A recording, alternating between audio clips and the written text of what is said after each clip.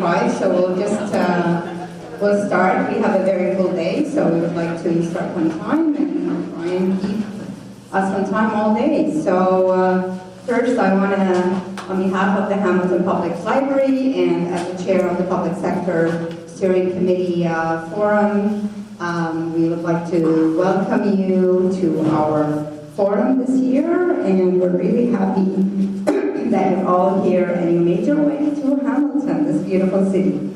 We are also streaming. I hope it's working well. I know we didn't mention that before, but those who haven't done that haven't been able to come today may follow us through our streaming, but we're only streaming the sessions here on this floor.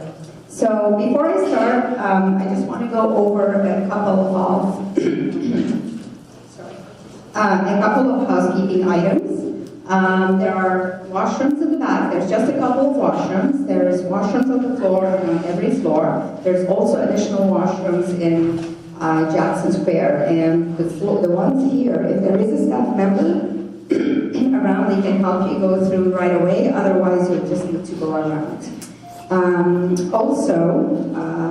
As you see, the coffee breaks, there's food here, breakfast, and on the side and in the Winthrop room. We will also do this during the breaks, and those of you who are attending sessions on the 4th floor, we will have stations upstairs as well, so that we don't make it really busy for you. The other thing that is, The other thing that you might find good to do today is just take some exercise and go up the stairs to the 4th floor. We do have elevators, so those of you who are able to take the stairs, I truly encourage you to do that. It's going to be way quicker than waiting for our 2 elevators. But if they do get busy, staff are around and they can help you maybe with the staff elevators and so on. So, as you can see, we have a very engaging day today, and we're really looking forward to it. We also, want to thank we have some volunteers here who are helping us. Really, thank you for their help. There is something that's also very important for us to tell you, and that is, if you stay till the end, we have some very good prizes for you. So, everybody likes prizes, and we want to make sure you spend the day with us, so you have to be here to claim your prize. And we have a very good prize that you will be looking for. We have on the 4th floor as well a couple of our vendors that supported us today. Thank you for their support, and they're up there. Please pay them a visit. We also have the PMI chapter, 2 chapters up there, the Southwestern Ontario and the Toronto government chapter as well. So please pay them a visit during your breaks or during lunch. So, before I start as well, here at HPL, when we have an important event like this, we begin with a land acknowledgement out of respect. We are working towards a future where we are all knowledgeable and appreciative of the rich history and cultural wisdom of the Indigenous people of this area. I acknowledge that the land on which we are gathered is situated upon the traditional territories of the Erie, Neutral, Huron-Wyandot, and Haudenosaunee, and the Mississauga of the New Credit First Nations. The territory is mutually covered by the Dish and One Spoon Wampum Belt Covenant. Today, it is the home to many Indigenous people from across Turtle Island, and we are grateful to work with them. So, today we have an amazing opportunity for all of us to, attending the public sector, to learn about how project practitioners are dealing with disruption from innovation. Speakers and attendees will share their lessons learned, trends, and proven innovative approaches to continue to build our expertise in project management. The forum today is our 22nd forum that has started from 2000 2002. It's always been, and it continues to be the mission of the committee. And I'd like to actually ask the committee members who are here, I'm going to call your name, but I might do that again during our after lunch, during our lightning rounds, just because I don't see everyone around. I see just a few people. I know some people are driving from far away, so they're probably caught in traffic. But I would like to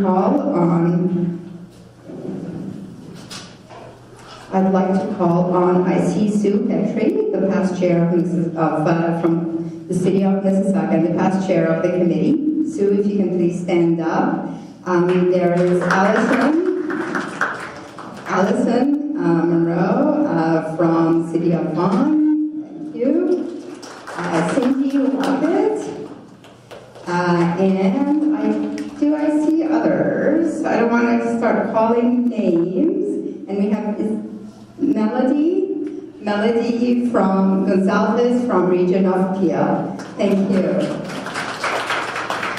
So really special thanks goes to those committee members for, and the ones that are not here, and we're going to acknowledge them during lunch as well, just because of their dedication. A number of them, I think Sue and Cindy, has been on the committee since 2002, and this passion and dedication continues. And you know, the committee continues to change, and we've got new people, but our mission still continues to be the same, and we try to really help out in making things work well.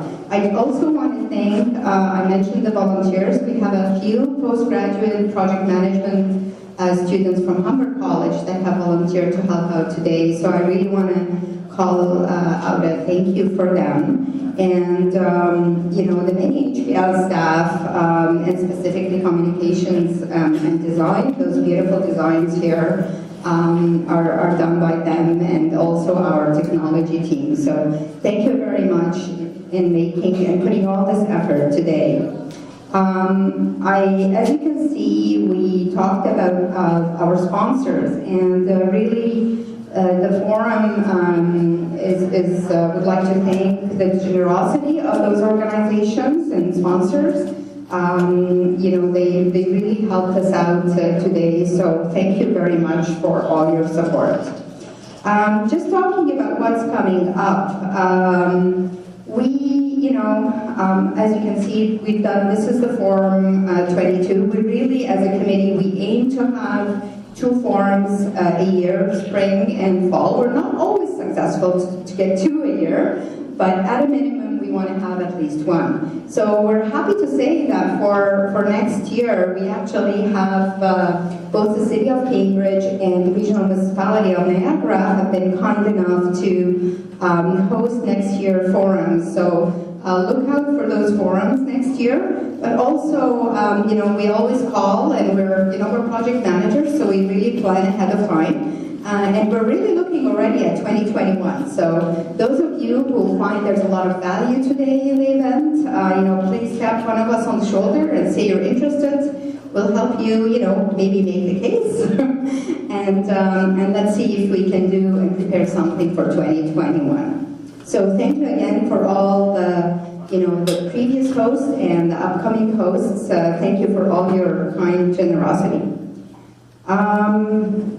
So, just talking about presents, the good news is we do have an amazing present. We are giving away an iPad that was generously donated by MK Solutions, who's one of our vendors here. And if you see the sorter outside for the books, I think if you have some time, maybe you can have a look, but they are our suppliers of the sorters. So HPL as well has provided a number of other gifts, so you know, please stay around till the end, and we're, you know, you might be a good winner for that.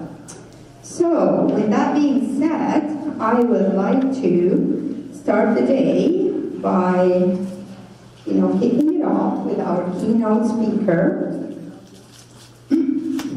So I'm very happy to introduce Professor Brian Detlor.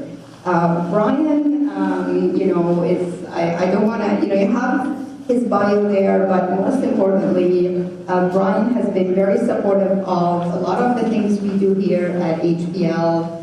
We've got a great partnership with McMaster and a number of other organizations around, but we're really excited to have Brian accept to be our opening keynote speaker. Brian is a professor of information systems and is the area chair at DeGroote School of Business at McMaster. He has a wealth of knowledge in research and experience in project management that he will share some of it with us today. He has more than 20 years of teaching project management to key learners like us at various stages, and his presentation today will examine the benefits and challenges of managing innovative, trending projects and partnerships, and the pitfalls to avoid. So please join me in welcoming Brian and giving him a warm applause.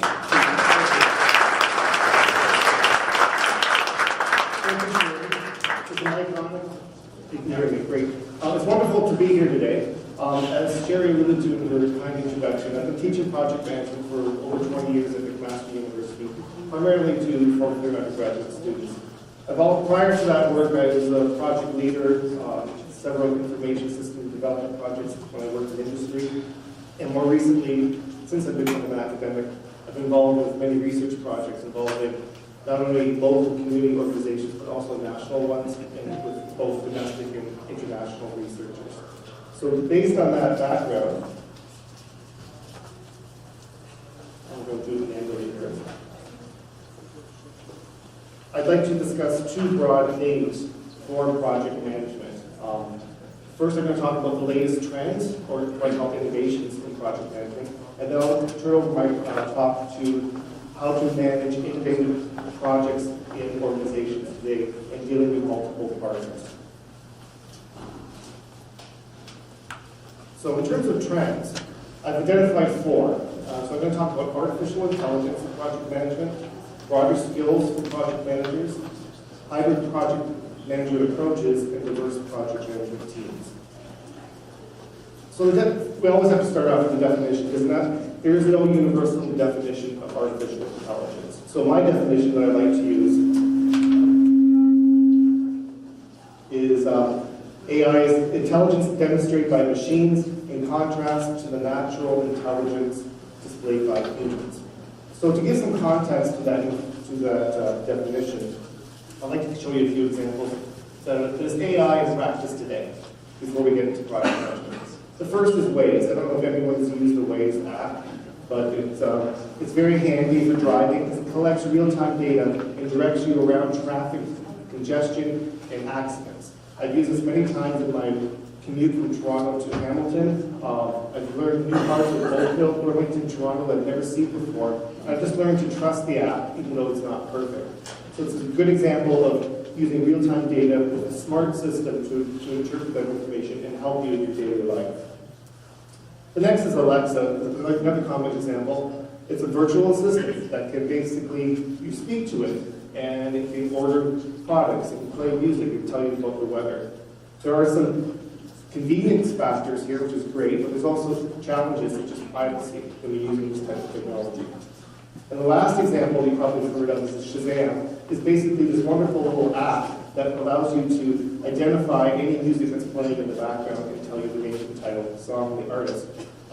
It's using very high-level algorithms to do that work, and it just demonstrates the capability of machines that can operate faster and quicker and more expedient than humans can.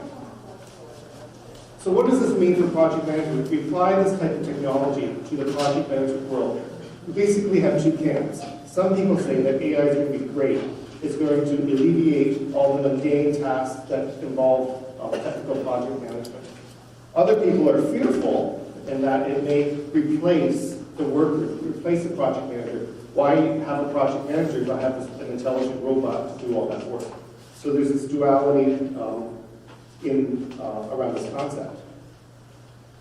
I've identified two basically broad trends for AI in project management. The first is that I think AI systems will effectively handle the scheduling, reminders, and follow-ups that humans have to do, which becomes very task-oriented and mundane. So think about Alexa for project management, where the systems will automatically notify people about deadlines and upcoming events and activities. That sounds good, and these tools can interact with other project management software like Jira or MS Project. So basically you'll have some sort of AI bot that will send you notifications. Now this sounds great in theory, but remember the days of Microsoft Bob or the Clipper app where you get this automatic anthropomorphic agent that would tell you what to do. It became very annoying because it just basically treated you like a first-time user every time. And people end up hating it. So there's this balance of having this type of tool that can help you with your work and sending notifications, but becoming very annoying and people turn it off. The other big trend in AI for project management is this idea of predictive analytics. So basically, an AI tool or robot can monitor the progression of a project. It can collect information, real-time information on activities, the amount of work complete, the actual cost to do a work package, and then reflect that towards your budget and send out alerts. It can also base this type of work on historical information that it's collected over the years through past projects. So this is a really great tool of helping you identify in real time the progress of your project, the schedule variances and cost variances for your work, based on real-life data as well as past historical data. The downside is that it's also capable of managing project teams. So would you like this AI tool monitoring your work that you didn't meet an activity or didn't do a milestone or sent out a report? So there's that balance between becoming offensive or overseeing, like a big brother watching you do your work. So there's a balance again that needs to be struck. So my overall feel is that AI will affect project management definitely. It'll take away those routine, mundane tasks, such as sending out schedules and collecting performance measurement data, communicating performance reporting. So that would alleviate the project manager to do other things, basically lead the project team and fight fires. So that's my point of view, but some people still fear that it may ultimately replace the project manager. However, if you look at the literature produced by the Project Management Institute, they identify a talent triangle that's involved with the type of work that project managers do. The first is, well, there's technical, there's leadership, and strategic business management. My view is that AI will help with the technical aspects of project management, doing all that scheduling, budgeting, forecasting, monitoring for you, and that'll be a great tool and help you do your work better. However, I think humans are needed to do the more leadership, strategic planning, dealing with fighting fires that a robot simply can't do. So I think there's going to be a blend. Again, AI has its limitations. A lot of the work that machines do is based on data. So if the data is bad, it's missing, it's inconsistent, it's not there, it's half there, this is going to lend to bad decisions made by that agent. So you need people to oversee the agent. These agents can't be released freely while ruling your project. You need someone that knows the algorithms behind the AI tool and making sure the data is integral and of high quality. Also, projects involve people, and AI agents or robots won't necessarily have the emotional intelligence to see how project team members are interacting, understanding the context of problems, office politics, that sort of thing. So you sort of need a human being still to help projects go ahead. So what should you as a human do, a human project manager? Well, my advice would be not to fear AI, but to embrace it. Learn, go out and take courses on AI, read about it, and see how AI can be applied to project management issues and practice. And also tell others about the beauty of AI. Tell your senior leaders, become a change agent in the organization that is an advocate for this technology.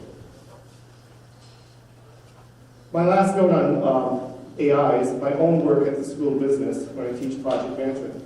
I've been using an AI tool from the publisher of the textbook, McGraw-Hill, that actually helps facilitate my learning. So I'm less fearful today of these types of tools because I've seen it in my own teaching, how these tools can improve the learning experience for students. It's also helped my job be removed of mundane tasks. For example, I have exercises that I give to students, in advance of the lecture. So I have a blended learning format where I meet with students every week. So on the online weeks, I have students do these online exercises. Many of these exercises are algorithmic. So the students get the same question format with different numbers. And so they can't tell their neighbor or their fellow classmate the answer to the problem is 35 or 55. So the tool presents the structured problem with different numbers, and I set up these questions to be in practice mode, so students can try and try again, and each time they try they get different numbers, but they also, every time they want to see why they didn't get perfect, the tool will actually show them the answer, or where they went wrong. And so I find this to be a wonderful learning experience, as opposed to when I taught 20 years ago, the same type of work. When I would do the exercises in class, I would tell students, read the chapter, do a few practice, and come to class. No one would do this at all. So I'd be in front of the class on those overheads, doing the exercises with dazed looks, passive learners. They then tried to ace this on the exam, and half of them could barely do these exercises. I've noticed a complete turnaround where most students now do really well in the midterm with these exercises about how to do crashing, budgets, cost variances, schedule variances. They're very knowledgeable. So I find this is a great learning tool that helps the students learn in a friendly manner that works. They can practice and practice until they get it right. And also what I like is this tool auto grades. So the 8 out of 10, 9 out of 10, I don't have to mark 100 students' exercises every week. And also there's a widget that goes from the exercise to my learning management system at back.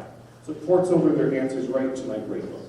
I don't have to do that work anymore. I can now turn my attention to meeting with students, helping them with their group projects, and doing better work. So the same sort of idea would apply to project management in the workplace. You'd have these AI tools that would collect information and scheduling and do all the forecasting and communication, and it would relieve you from all that mundane task work to do other leadership, fighting fires type of work. So this is just an example of the type of exercise with the question, and this would be the answer that would be presented to the students. They would learn and try again. So that's one trend. The other trend is the broader skills for project managers. Project managers will have a need to have both technical and soft skills, even to a higher demand than they've had in the past. On the technical side, I think most project managers will have to become well-versed in artificial intelligence, some basic knowledge of its workings. On the soft skills side, projects are becoming more complex and interconnected with different organizations. So people are going to have even stronger skill set, how to lead, how to work, how to cooperate with people not only within their own organization, but with different partners from outside organizations. Also, there's a trend in project management towards a hybrid approach to developing work or identifying the objectives or reaching the objectives. So traditionally, we all know we use that waterfall method where it's a stage development and the final output is at the end of the project. Over the years now, we've had agile project management where it's people working in sprints. And so with each cycle, a little bit of the final objective is released till finally, after all the sprints, we get the end product. The trend now is to combine those two approaches together, not treat them separately. So you're going to use the waterfall method, very structured in the approach, in the planning cycle, developing the requirements and the design of your product or service. And then when you execute it, develop it, and release it, and test it, that's going to be more where you use the sprint method or the agile method.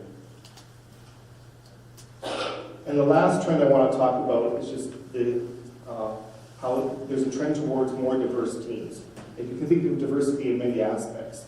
You have people that are now dealing with, they have young children, they also have senior care. There's might be shifting policies and attitudes towards different gender identities, sexual orientations of different groups of people, aging workforces. So a very diverse project team member composition. As well as we have some people working remotely, some people working in the office, we have people working full-time, part-time. So it's becoming very complex about who's working on your project. So you're going to have to be used to working in this diverse environment. So those are the 4 trends. And now I want to turn my attention to managing innovative projects. So to talk about this, we first have to identify what is an innovation. So I pulled out a definition from Gallagher from 2015 that innovation is generating and implementing ideas that add value to an organization. And this is the core competency for project managers. They have to be able to generate ideas.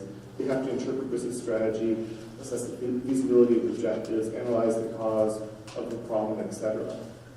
However, to generate a new idea in an organization today is very problematic. Most organizations are risk averse. They want just to follow best practice or what they've done in the past because it's worked. They're very fearful, or it's very risky to adopt a new idea or innovation in a company. It's also unclear what tools are needed, tools being procedures or resources that organizations need to set up to foster innovation and to promote this type of organic growth. And last, who has time to innovate? Even my own role in the university for 20 years, I had many ideas about how to change processes and procedures, new ways of teaching, but who has time? You're just doing your daily work, fighting fires, getting through the system, getting through the day.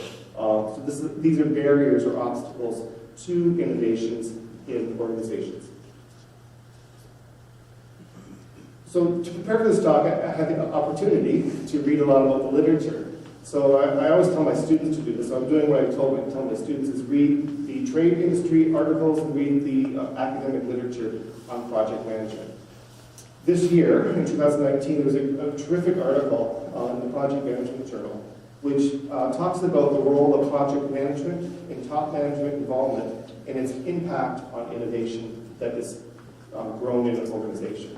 So in this study, looked at professional service organizations, primarily hospitals. So this was a study conducted in Germany, and they used a hospital case studies of over 90 hospitals in Germany from 2010 to 2015, collecting survey data and objective project performance data across those 5 years. So a well-robust data collection cycle. And what they found was quite surprising. This is their actual findings, their theoretical model they developed. And I'm going to talk about it for a minute. Basically, we have on the far end, on the right, we have the output of hospital innovativeness, or new ideas being sprouted. So these are new operations and procedures performed in hospitals that have been developed within the hospital. What is interesting, if I change the line, is that we have some inputs or factors affecting the innovativeness or the success of them. If we look just at project management formalization and training, project management formalization would be things like setting up a dedicated project management office in the hospital or department or unit that facilitate project management. And the training applies to people who have been given training about how to do project management. If we look at just those project management professional characteristics, they have positive outputs. The hypothesis has proven that these have a direct positive impact on conducting innovations in hospitals.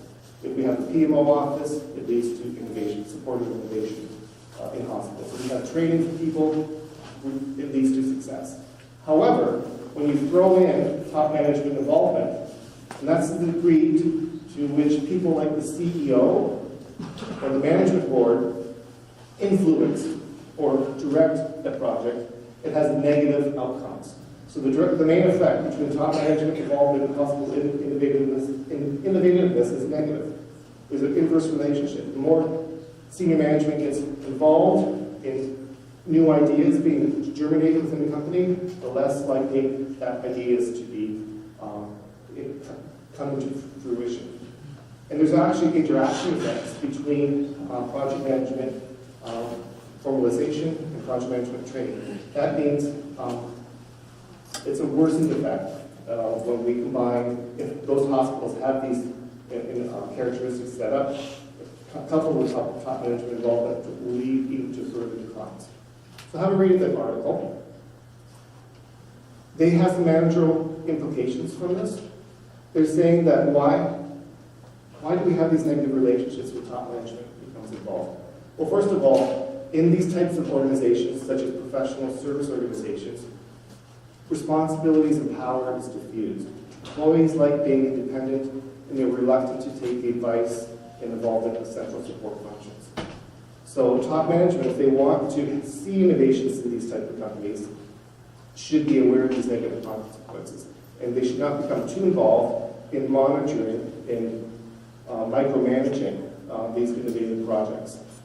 And also because these authors suggest that top managers often lack the knowledge of what the procedures and routines that these employees actually do. So that's to back off.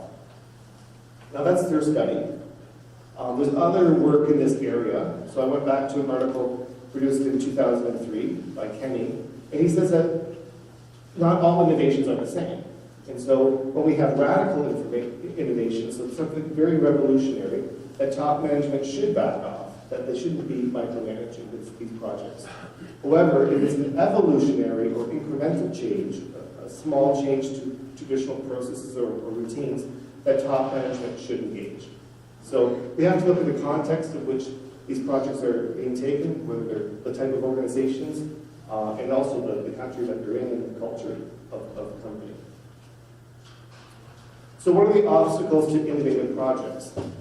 As I mentioned earlier, many project managers work in risk-averse companies where best practice is valued more. So it's hard to innovate and roll out an innovative project if you're risk-averse.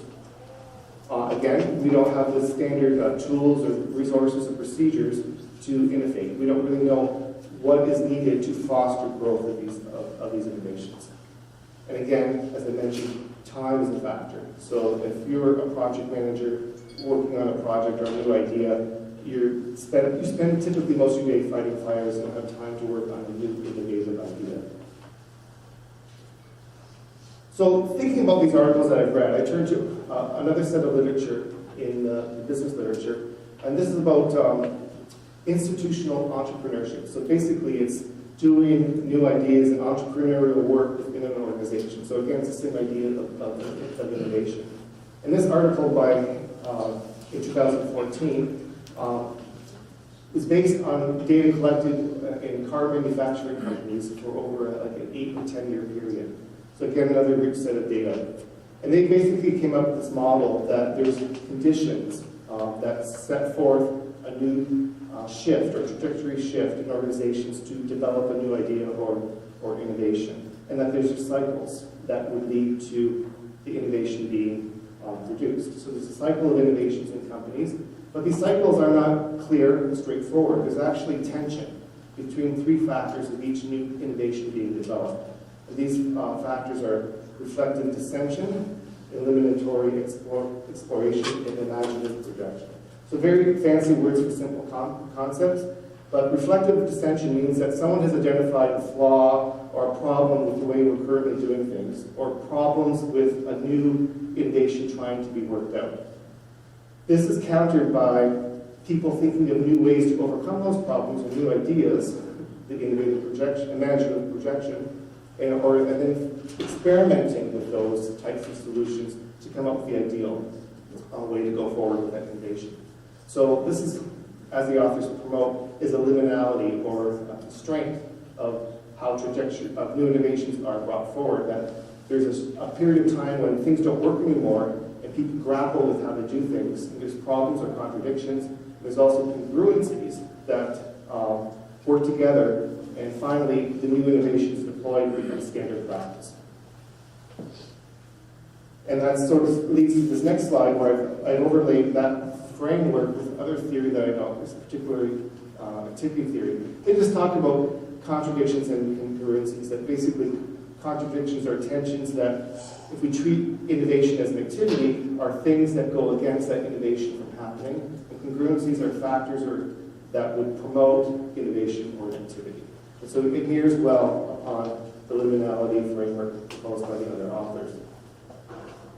So I want to use that context to describe in practice the work of the Love Your City, Share Your Stories project. It's a digital storytelling project led by 3 partners that I was involved with. So there's Hamilton Public Library, McMaster University Library, and Hamilton's Tourism and Culture Division. This is a very successful project. It reflects the idea of a new innovation, digital storytelling, being brought forward by partner organizations, and how they met with some challenges or contradictions, but they actually worked out ways of achieving success or congruencies. And this is why I'm talking about it today. So the idea was to create a repository of stories, digital stories, to promote Hamilton in a positive light for economic prosperity. People would actually see these stories and have a wonderful emotional reaction, want to live in Hamilton, work in Hamilton, that sort of thing. So that was the driving force. If you want to read more about it, I have a whole 100-page working paper on this project that gives it in detail. So in terms of the project management context, this innovation of doing digital storytelling for the city was elicited by senior management. So this is an idea that was top down. It was a cultural direction from the city. Hamilton Public Library wanted to do it, and McMaster wanted to get engaged with the community. So we did some formal project management work. This is when I was called in to help develop the project charter, the rules, what's in, what's out, the context, who does what, responsibility, and the activities. And then we also set up a governance steering committee that met monthly, comprised of members from these three organizations. But we didn't do any of the formal project management work. We had no Gantt charts and network diagrams. We didn't collect performance metrics and all the activities we were doing. It was very fluid. So this is the idea of top management not overseeing the work, but sort of steering it and letting it ride. But I think this is why it's successful. The contradictions or tensions around this project was that we had three different organizations with three different purposes and why they wanted to do this project. They aligned, but they were all different purposes. It was a new activity for doing digital storytelling. And initial questions were that rose when the project was first initiated was, do we have the expertise to develop digital stories and house them and collect those type of products? Different views on how stories would be collected and rendered, like whose stories should we collect, which cultural icons or historical icons in the city should we talk about? Many discussions on this. Should we only collect positive stories? So if the goal of the project is to promote Hamilton as a city to live, work, and play, should we talk about stories such as the Evan and Dick murder story in Hamilton that has a negative connotation? So there's this balance. People want those stories, but the purpose of the project was not to shed a negative light on the city. Adherence to archival standards, the collection of stories. You know, we had people in Hamilton Public Library wanting to be very true to their discipline and collect all the metadata information that you need, even down to the camera that took the picture and the date and who's in the background, versus the practicality of storytellers going out into the field and just doing stories on the spot.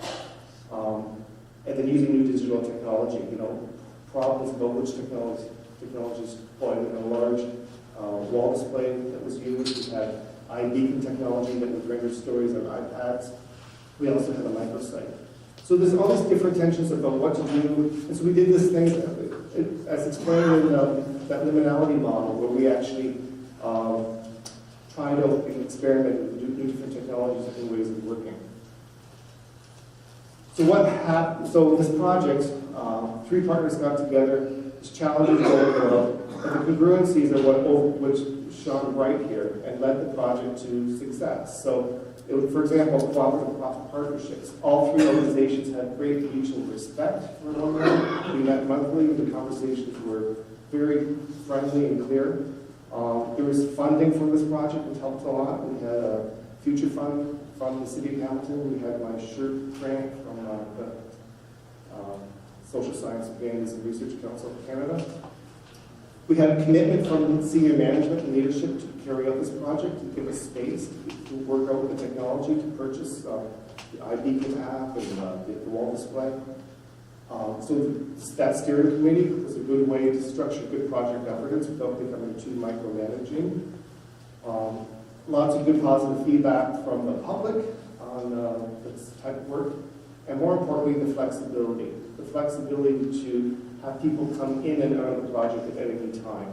The flexibility to decide which stories to collect, in the format of the stories, and that sort of thing.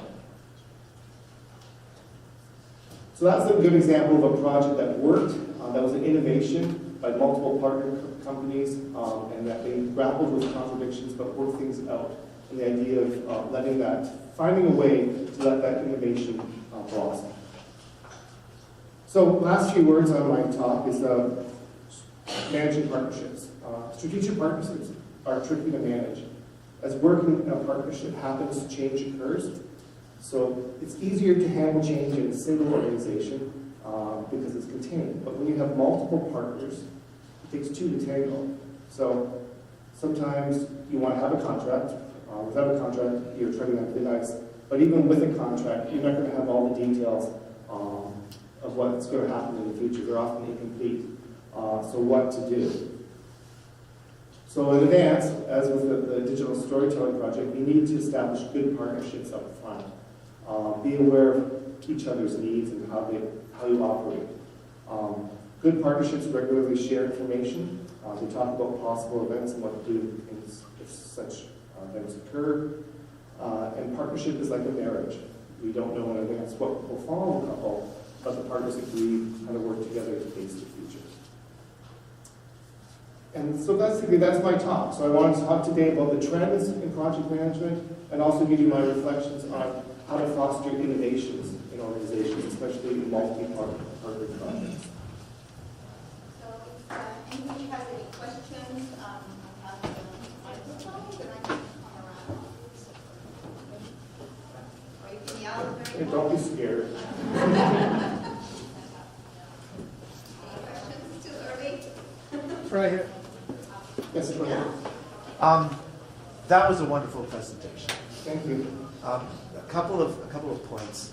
The whole issue of emotional intelligence in connection with artificial intelligence. Yes.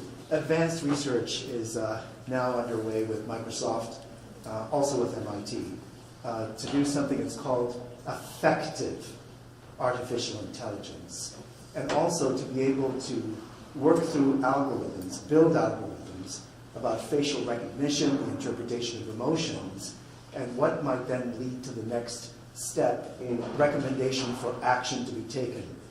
What you brought out, though, Brian, is all of this is all well and good. It's research that's underway. Yes. But the timing for when it's going to be delivered in an integrated and fully usable fashion, it could be 5 to 10 years out for it to work, especially in organizations where implementing anything that might entail a complex system change takes a significant amount of internal socialization and approval and time to actually execute. But I just wanted to make that point that EI and AI will be tied, and for a moment we have the chance to differentiate ourselves as human beings from what AI is capable of doing, but down the pipe things could change radically. Well, that's a very good point. And I have to agree. When I was thinking about this work, I was thinking about where we are now. And even 5 to 10 years, I think that's a little ambitious to get artificial intelligence that can read body language and can react appropriately in seamless fashion. I don't know if in our lifetime we'll get there, but I can definitely see the more easy problems of the technical project management being taken over or well done by artificial intelligence. We have examples already in the field about how that can happen. So the message that I want to convey is, at least for the next, I think, 5 to 10 years in our careers here, that we're still at the beginning, right? Most organizations haven't adopted AI in project management or AI in their companies. So the next few years is going to be that technical stuff, the low-level things. In the future, if we get to that state where robots can do everything, read people's mind, work with people, I think that's a whole new great world. I don't know if we even want to go there. I think society has to think about, do we want to create these automata that are artificial humans to a full extent, and where does that place us? It's scary, but I have no answers for that. But thank you for bringing that up. And thank you for a wonderful session. Any other questions? Yeah? Hi. Great session. Wanted to ask if in your innovative project and your agility integration, if you use some of the artifacts like a Scrum Master or had some release plans and did retrospectives, and like how ingrained was the agile nature, and did it work well for people that aren't into that agile or weren't as up to speed with agile? So you're talking about the digital storytelling project? Yes, sure. Yeah. Well, we didn't formally do agile, but it was very fluid. Like it was even, we didn't have like, we're going to do this type of work and release an objective in 2 months. This approach was very organic. It was like, we want to do digital storytelling, but we all know we have our real roles, real services. We people on the project had multiple duties. So always operational work came first. And that's when I was talking about the flexibility, that people had the latitude to work on the project or not, you know. And so it kind of evolved organically, but what I'm saying is that this type of project probably needs that. These true innovative projects where we haven't done this activity at all, it's new for all of us. We'll get there one day, and the scope of the project basically changed over time too. So initially we wanted a full-fledged digital storytelling project, but by the end, when it was first launched, it became more, let's get the infrastructure in place to collect stories and to render them. So the idea, after the big launch, which was in 2016, so initially the project started in 2013, we just kind of rolled along to 2016, and since then, more stories have been added on. But from the beginning, our initial idea of the project, in terms of the charter, changed. And what I'm saying is that these innovative projects probably need the flexibility not to be too overbearing. So we had top management involved and say, you must meet this objective. This is your original mandate. That innovation would have died, right? So that's going back to the theory part now. Because people have noticed that innovation in companies do become stifled or don't happen if top management has too much impact over it. So those revolutionary ideas, top management backs off. More of the evolutionary, you're going to have approaches like agile or traditional waterfalls that apply and that would work. So that's kind of the message I'm saying. So you have to look at the type of project and then the approach. So like noses in and hands off kind of response. Well, we're truly revolutionary, innovative ones, yes. That's my advice. Okay, there's another question. The German study that you had there, you showed kind of a negative effect in terms of top management. Yes.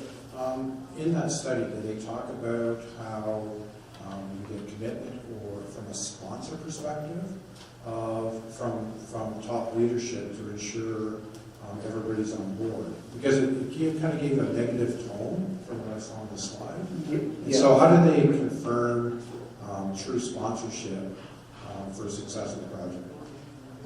I'd have to go back, to be honest, reread that article. But if you look at the definition that I gave here, it's the degree to which a hospital's leadership was on average committed to projects and involved in project decisions, so the micromanaging part. So we didn't talk about sponsorship at all, it's just about the senior management team actually overseeing some group of people, often doctors and specialists in hospitals that wanted to do new medical procedures, and if they oversaw it too much, that innovation would die. I just refer you to go back to read the article itself, because I really would just be guessing if I gave you an answer. I don't want to do that. There's another question here? Yes. Hi. I'm just wondering about, with agile projects, or especially with hybrid projects, Yes. and if the project is innovative, it's my experience that the proportion planned for agile versus non-agile ends up changing, and it works better if you're allowing a lot of fluidity. But budgeting doesn't follow that. So how do we actually allow for the, like, if our leaders are on board and they're doing the right thing, their noses in their hands are off, the project manager's doing a great job, but other institutional areas like accounting and other areas are actually forcing or having a real problem with any kind of change. Yeah, this is a challenge, right? How to finance these innovative projects.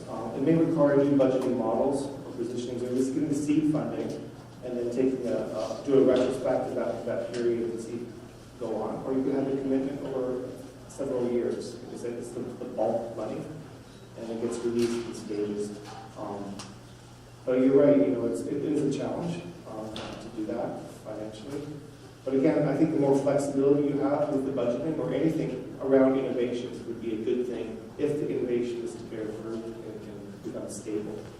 You can't treat innovation projects, especially radical ones, in the same manner as traditional evolutionary projects. It's a completely different animal.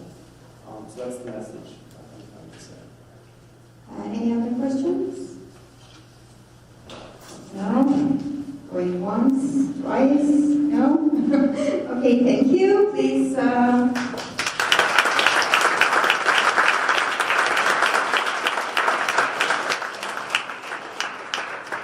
you, Brian, so much.